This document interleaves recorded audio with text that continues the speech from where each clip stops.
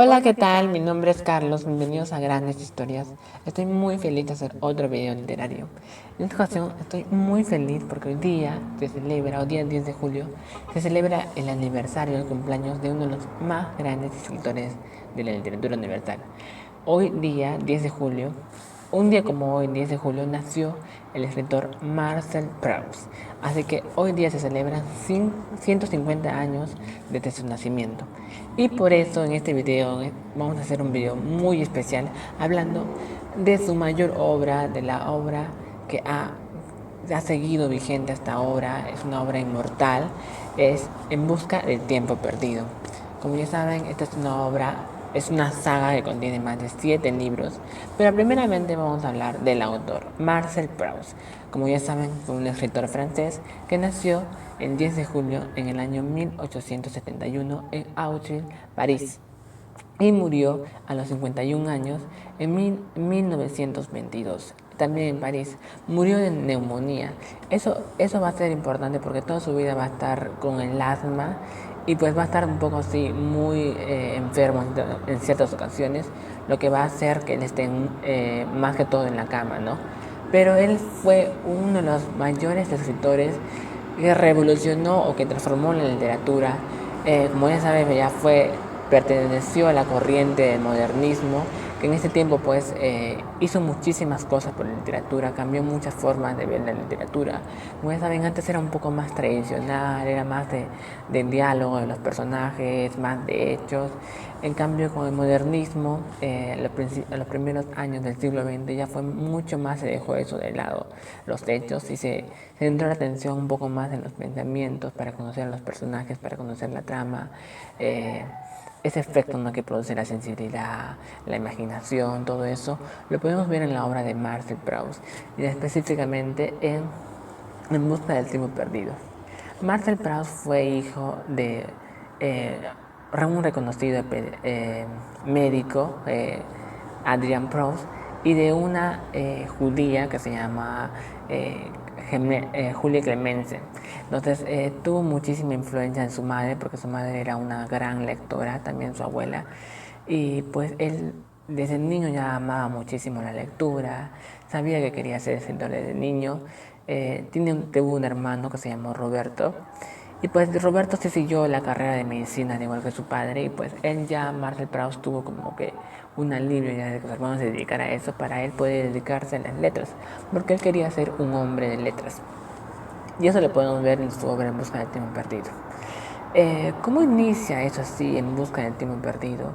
Eh, pues por una Magdalena, por el embollo de Magdalena que podemos ver en la primera obra, eh, por el camino de Swan, donde ésta come la Magdalena y pues evoca recuerdos de su infancia, que lo lleva a recordar muchísimas cosas que pasó en Combray, ¿no?, esa ciudad inmortal En busca del tiempo perdido.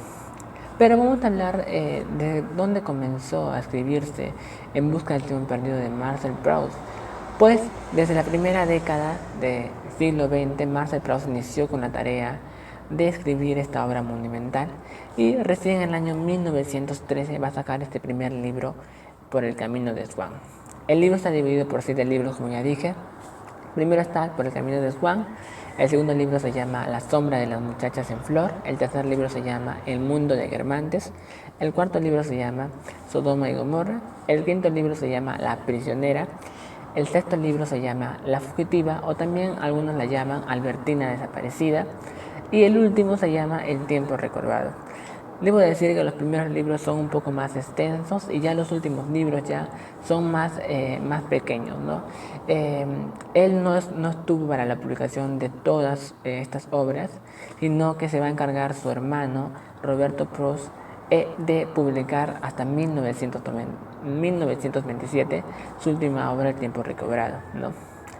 A decir verdad, cuando publicó Por el camino de Swan en 1913, no tuvo buena acogida, porque había un crítico muy importante, un escritor muy importante en ese tiempo en Francia, que se llamaba André Gide, y pues a Marcel Proust se le veía, o le veía a él, digamos, como un snob, y un snob era como que una persona que asistía mucho a salones literarios, a salones de la alta sociedad muy superficiales, y debido a esa fama, André Gide se dejó llevar por eso, una idea prejuiciosa obviamente, y pues tachó el libro, no le gustó el libro, tan solamente leyó por una ojeada nomás, o sea, no lo leyó completo tampoco, sino que dejó de llevarte por el prejuicio de no que tenía Marcel Proust, y pues esa obra como que pasó muy desapercibida, porque ustedes ya saben ya, la crítica siempre es muy importante.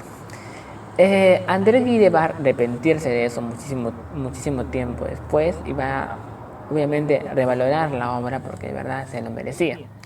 Pero Marcel Proust, después de escribir Por el camino de Swan, va a escribir A la sombra de las muchachas en flor, lo que le va a llevar también un reconocimiento, ya no tanto así prejuicioso como de André Gide, sino va a merecer el premio Goncourt en el año 1919. Pues bueno, acá tenemos todos estos libros que fueron publicados y voy a citar esta parte importante de Busca del tiempo perdido que aparece en el camino de Swan, donde es un pasaje de la Magdalena, ¿no? De este bollo, ¿no? Dice, hace ya muchos años que no existía para mí de Combray más que el escenario y el drama del momento de acostarme. Cuando un día de invierno, al volver a casa, mi madre, viendo que yo tenía frío, me propuso que tomara, en contra de mi costumbre, una taza de té. Primero dije que no, pero luego, sin saber por qué, volví de mi acuerdo. Mandó mi madre por uno de esos bollos cortos y abultados que llaman magdalenas. Estas magdalenas son en Francia muy tradicionales y tienen origen de Francia y son, digamos, como unos pequeños bizcochos en forma de concha, como unos queques, pero en forma de concha, que allá en Francia se le dice magdalenas. Y voy a seguir con la narración, que parece que tienen por molde una valva de concha de peregrino. Y muy pronto, abrumado por el triste día que había pasado y por la perspectiva de otro tan melancólico por venir, me llevé a los labios una cucharada de té en el que había echado un trozo de magdalena. Pero en el mismo instante que aquel trago con las migas del bollo tocó mi paladar, me estremecí. Fija mi atención en algo extraordinario que ocurría en mi interior. Un placer delicioso me invadió, me aisló, sin noción de lo que le causaba. Y él me convirtió las vicisitudes de la vida en indiferentes, sus desastres en inofensivos y su brevedad en ilusoria. Todo del mismo que opera el amor, llenándose de una esencia preciosa. Pero mejor dicho, esa esencia no es que estuviera en mí, es que yo era yo mismo. Dejé de sentirme mediocre, contingente e inmortal. ¿De dónde podría venirme aquella alegría tan fuerte? Me daba cuenta de que unía el sabor del té y del bollo, pero le cedía mucho y no debía ser de la misma naturaleza. ¿De dónde venía y qué significaba? ¿Cómo llegar a aprenderlo? Este pasaje es muy genial porque va a recordar todo lo que pasó en la infancia, con el recuerdo de la tía Leoncia, con el recuerdo de Combra, el recuerdo de los personajes. Y ese va a servir también para, de distintas maneras, no sé, con el olor, recordar muchísimas cosas a lo largo de toda esta saga en Busca del tiempo perdido. Y pues, ¿qué temas hay en Busca del tiempo perdido? Eso también es muy importante, ¿no? Primeramente, obviamente el recuerdo, la remembranza, obviamente es muy importante. También el tiempo, cómo esto opera en nosotros, cómo este nos cambia en diferentes momentos. También las relaciones sociales que se pueden ver no solamente entre la familia, sino también entre las personas, entre nuestros vecinos, entre las personas que viven en la misma ciudad. Esto va a marcar muchísimo en la obra de Marcel Proust. También la homosexualidad. Es muy genial que Marcel Proust en un siglo también anterior a nuestro siglo, en el siglo XX, a principios del siglo XX, toca este tema porque era muy condenado este tema. Ya sabemos ya que el escritor del relato de Dorian Gray, ¿cómo se llama este escritor? Oscar Wilde, fue preso por reescribir un pasaje muy controvertido en el relato de Dorian Gray, y pues Marcel Proust escribió eso pero de una forma diferente, dándose atención quizás a otros personajes como el señor de Charlos, pero no solo escribió de una homosexualidad masculina, también de una homosexualidad femenina, ¿no? Que vimos interpretado en el personaje de Albertine. Otro tema sería obviamente la novela, el teatro, la música, eh, la poesía, la arquitectura religiosa. Todas estas artes están muy pero muy profundizadas en Marcel Proust, en sus descripciones fantásticas. También está la amistad, la traición, el desengaño, que se puede apreciar muchísimo en esta obra en diferentes temas. También está la historia de París, toda su historia, los momentos más importantes que vivió Francia y que Marcel Proust va a poner o va a citar en muchísimos pasajes. También está la lengua francesa, los topóminos que van a estar precisamente marcados en la primera parte donde dice los nombres por el camino de Swan. Y también el tema del judío, porque sabemos que Marcel Proust, su mamá tuvo un origen judío. Y en este latino judío va a estar marcado precisamente por un personaje importante que es Carlos Swan, que es un judío y que va a ser importante, pero tan importante en la obra de En busca del tiempo perdido. Y obviamente que están los referentes, unos referentes es el caso de Dreyfus, es un caso de esta persona judía que te dice que, ¿cómo se llama?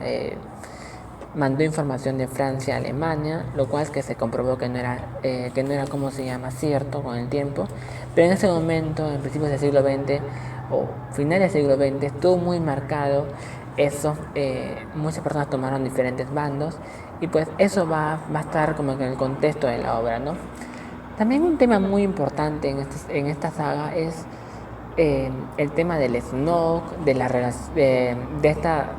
esta crítica que hace Marcel Proust a la sociedad de finales del siglo XIX y principios del siglo XX, esta sociedad de salones, de reuniones.